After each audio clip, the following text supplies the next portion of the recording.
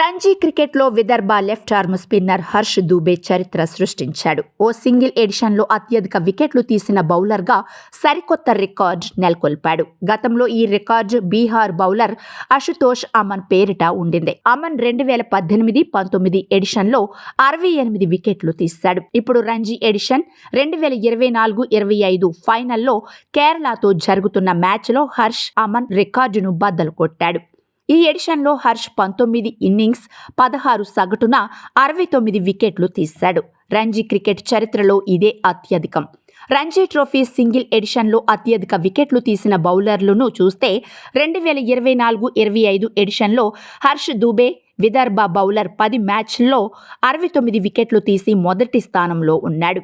2018-19 ఎడిషన్లో Ashutosh Aman Bihar bowler 8 మ్యాచ్ల్లో 68 వికెట్లు తీసి రెండవ స్థానంలో ఉన్నాడు.